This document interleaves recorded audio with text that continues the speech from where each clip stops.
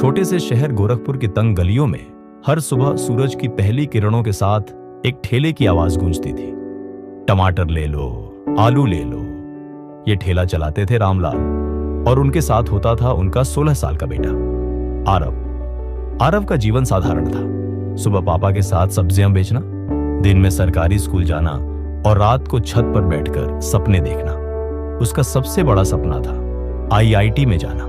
लेकिन एक सब्जी वाले का बेटा जिसे ठीक से ट्यूशन भी नसीब नहीं, क्या वाकई आईआईटी तक पहुंच सकता है?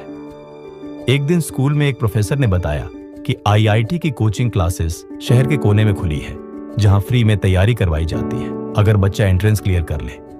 आरव की आंखों में चमक आ गई। वो जानता था यही मौका है जिससे उसकी दुनिया बदल सकती है। वो घर आया और बोला, पापा मुझे कोचिंग का टेस्ट देना है। पापा ने थका चेहरा ऊपर उठाया, बेटा हमारे पास इतना टाइम और पैसा नहीं। तू सुबह सब्जी बेचने नहीं जाएगा तो दुकान कौन संभालेगा? आरव चुप हो गया, लेकिन सपने नहीं मरे। कई दिनों तक उसने कोई बात नहीं की। वो खुद से लड़ रहा था, क्या वाकई उसके जैसे किसी के लिए बड़ा सपना देखना सही है? उसे लगता था सपने अमीरों के होते हैं, गरीबों को तो बस गुजारा करना होता है। एक रात जब बिजली नहीं थी और पूरा मोहल्ला अंधेरे में था, आरव छत पर लेटा आसमान देख रहा था। उसने मन ही मन कहा, अगर चांद सबके लिए है तो सपने भी सबके हो सकते हैं। अगले दिन स्कूल में नई मैथ्स टीचर आई, अनुष्का मैम।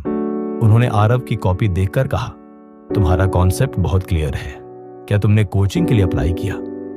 आरव ने सिर झुका लिया, घर की हालत ऐसी नहीं है मैम। अनुष्का मैम मुस्कुराई, तुम्हारी मेहनत देखकर मैं तुम्हें खुद गाइड करूंगी। शाम को लाइब्रेरी आ जाना। और यहीं से शुरू हुआ उसका असली सफर। लाइब्रेरी की लकड़ी की बेंच, पसीने से भीगी शर्ट और अधूरी नींद। लेकिन आरव डटा रहा। रोज सब्जी बेचने के बाद वो लाइब्रेरी में रात 9 बजे तक पढ़ता। शुरुआत में दिक्कत हुई, किताबें समझ नहीं आती, आंखें थक जाती। लेकिन वो खुद से बस एक बात कहता, अगर अब हार गया तो फिर कभी जीत नहीं पाऊंगा। 3 महीने बाद कोचिंग के एंट्रेंस का रिजल्ट आया। आरव सेलेक्ट हो गया था। उस दिन पहली बार उसके पापा की आंखों में आंसू थे, गर्व के आंसू। लेकिन चुनौतियां अभी खत्म नहीं हुई थी। कोचिंग में सब अमीर बच्चों के ब्रांडेड बैग थे और आरव के पास था सिर्फ एक पुराना झोला। जब मोबाइल में लेक्चर डाउनलोड करने की बात होती तो वो पापा का बटन वाला फोन दिखा देता और सब उस पे हंसते। कई बार खुद को दूसरों से छोटा समझने लगा।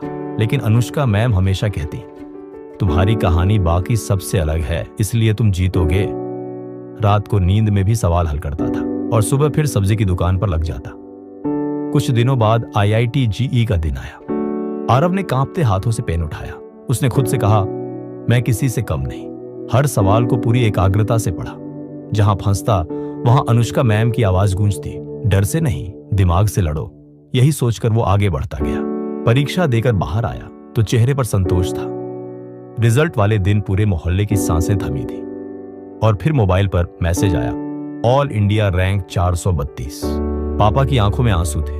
उन्होंने आरव को गले लगाकर कहा, बेटा तूने हमारा नाम रोशन कर दिया। आरव को आईआईटी बॉम्बे में एडमिशन मिला। पहली बार हवाई जहाज में बैठा और जब क्लास में प्रोफेसर ने पूछा कौन कौन टॉप 500 से है तो उसने गर्व से हाथ उठाया। वहां वो उन बच्चों के साथ बैठा जिनके पास दुनिया की हर सुविधा थी, लेकिन उसके पास था जज्बा, संघर्ष और सपने।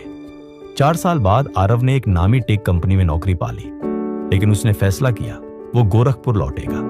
वहीं एक कोचिंग खोलकर उन बच्चों को पढ़ाएगा जिनके पास साधन नहीं पर सपना है। अब वो आरव नहीं, आरव सर बन चुका था।